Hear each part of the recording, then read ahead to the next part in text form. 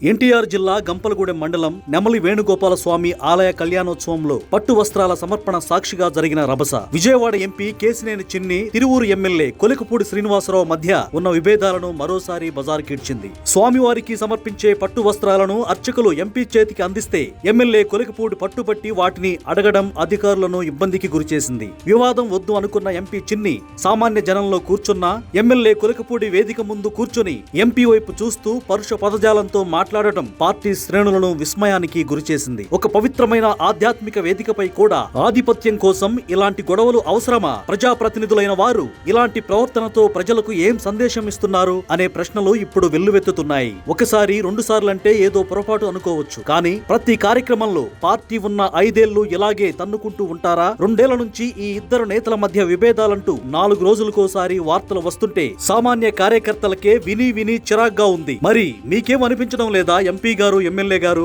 స్వయంగా ముఖ్యమంత్రి చంద్రబాబు నాయుడు ఎన్నిసార్లు చెప్పినా ఈ ఇద్దరు నేతలు తమ తీరును మార్చుకోకపోవడం వెనుక ఉన్న అహంకారం ఏంటి? ఓవైపు చంద్రబాబు, పవన్ కళ్యాణ్, లోకేష్ రాష్ట్రాభివృద్ధి కోసం అహర్నిశలు కష్టపడుతుంటే మరోవైపు ఇటువంటి నేతలు కూటమి ప్రభుత్వ పరువును తీస్తున్నారా అనే విమర్శలు వ్యక్తమవుతున్నాయి. ముఖ్యంగా తిరువూరు నియోజకవర్గంలో ప్రోటోకాల్ రచ్చ ఇక్కడతో ఆగడం లేదు. గతంలోనూ నియోజకవర్గ అభివృద్ధి పనుల శిలాఫలకాలపై పేర్ల దగ్గర నుంచి పార్టీ కమిటీల నియామకం వరకు ప్రతి విషయంలోనూ వీరిద్దరి మధ్య పచ్చగడ్డేస్తే బగ్గుమంటోంది. ఎమ్మెల్యే ప్రమేయం లేకుండానే ఎంపీ తన అనుచరులకు పదవులు కట్టబెడుతున్నారని ఒక వర్గం, ఎమ్మెల్యే తన సొంత అజెండాతో ముందుకు వెళ్తూ పార్టీని ఇబ్బందుల్లో నెడుతున్నారని మరో వర్గం ఆరోపించుకుంటున్నాయి. వివాదాలు సద్దుమనగాలంటే ఎవరో ఒకరు తగ్గాలి కదా. అటువంటప్పుడు ఎంపీగా పెద్దన్న పాత్రలో ఉన్న కేశినేని చిన్ని తగ్గడంలో తప్పేముంది? అసలు కొలికపూడిని తిరువురుకు తెచ్చుకుంది, పోటీకి నిలబెట్టి గెలిపించుకుంది తనే అయినప్పుడు పార్టీ అధికారంలోకి రాగానే ఈ స్థాయిలో వివాదాలు ఎందుకు తలెత్తుతున్నాయి? విశాఖలో 1,00,000 కోట్లతో గూగుల్ డేటా సెంటర్ ఏర్పాటు చేసినా,